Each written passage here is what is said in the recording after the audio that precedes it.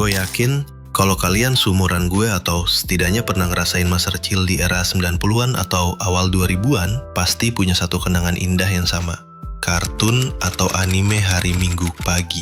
Siapa di sini yang rela bangun pagi-pagi banget di hari libur, padahal biasanya susah dibangunin? Cuma demi nonton Doraemon, Chibi Maruko-chan, Dragon Ball, Saint Seiya, atau Pokemon.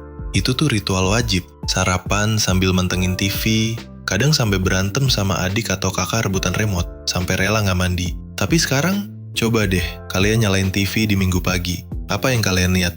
Palingan acara gosip, berita, atau reality show lainnya. Kartun-kartun itu entah kemana raibnya. Kali ini kita bakal nostalgia sekaligus nyari tahu kenapa sih fenomena kartun hari Minggu yang legendaris itu tiba-tiba menghilang dari peredaran. Apakah ini konspirasi atau ada alasan yang lebih masuk akal di baliknya? Langsung aja kita bedah satu persatu.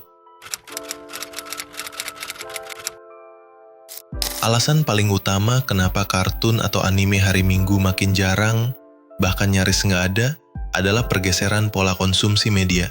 Dulu TV itu raja, satu-satunya hiburan visual yang paling mudah diakses. Makanya kalau mau nonton kartun ya nungguin jam tayang di TV. Tapi coba deh sekarang, internet itu udah ada di mana-mana.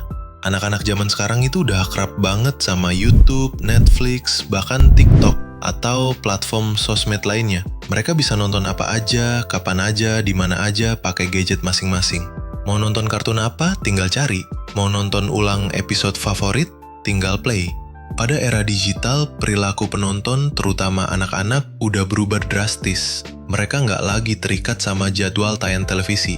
Kalau dulu TV itu broadcasting, sekarang udah jadi on demand. Jadi buat apa lagi TV swasta repot-repot beli lisensi mahal-mahal buat nayangin kartun di jam prime time Minggu pagi, kalau penontonnya udah pindah ke platform digital. Menonton TV linear, TV biasa, makin menurun. Apalagi di segmen anak-anak. Biaya lisensi kartun itu mahal banget. Kartun dan anime populer dari Jepang atau Barat itu punya harga lisensi yang nggak main-main.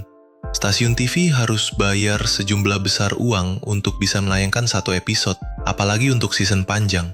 Dulu persaingan stasiun TV nggak seketat sekarang. Jumlah channel masih terbatas dan segmen anak-anak di Minggu pagi itu ceruk pasar yang menguntungkan banget. Tapi sekarang persaingan makin gila-gilaan. Banyak channel baru, banyak program impor, belum lagi persaingan sama platform streaming. Dengan menurunnya jumlah penonton TV linear, pengiklan pun jadi mikir 2 kali buat masang iklan di slot kartun. Otomatis, pendapatan iklan yang didapat stasiun TV jadi berkurang.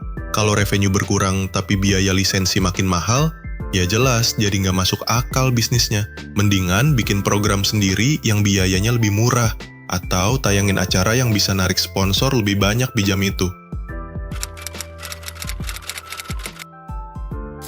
Ini juga nggak kalah penting, yaitu soal regulasi atau aturan penyiaran. Dulu, tayangan kartun mungkin lebih bebas dalam menampilkan adegan atau tema tertentu. Tapi seiring berjalannya waktu, ada lebih banyak perhatian terhadap konten yang sesuai untuk anak-anak, terutama terkait kekerasan, bahasa, atau nilai-nilai tertentu. Lembaga seperti Komisi Penyiaran Indonesia punya aturan ketat tentang tayangan anak-anak. Banyak kartun impor, terutama yang bergenre action atau petualangan, seringkali harus melewati proses sensor yang panjang, atau bahkan ada beberapa adegan yang harus dipotong atau disamarkan. Kalau nggak sesuai, bisa kena teguran atau sanksi. Bikin stasiun TV jadi lebih berhati-hati. Daripada pusing-pusing sama sensor dan potensi pelanggaran, mendingan mereka memilih tayangan yang lebih aman atau membuat konten lokal yang bisa mereka kontrol sepenuhnya dari awal produksi. Proses sensor ini juga memakan waktu dan biaya tambahan loh. Yang terakhir, ini soal preferensi anak-anak itu sendiri yang berubah. Jangan salah, bukan cuma kita yang tumbuh. Anak-anak juga punya selera yang berkembang. Kalau dulu kartun Jepang atau Barat itu jadi primadona, sekarang banyak banget pilihan hiburan lain. Anak-anak zaman sekarang udah akrab banget sama vlog, gaming konten, review mainan, atau challenge video di YouTube. Mereka lebih suka nonton konten-konten yang interaktif dan lebih personal. Bahkan, kartun lokal yang diproduksi di Indonesia juga makin banyak dan kualitasnya bagus-bagus. Jadi pilihan tontonan mereka makin beragam.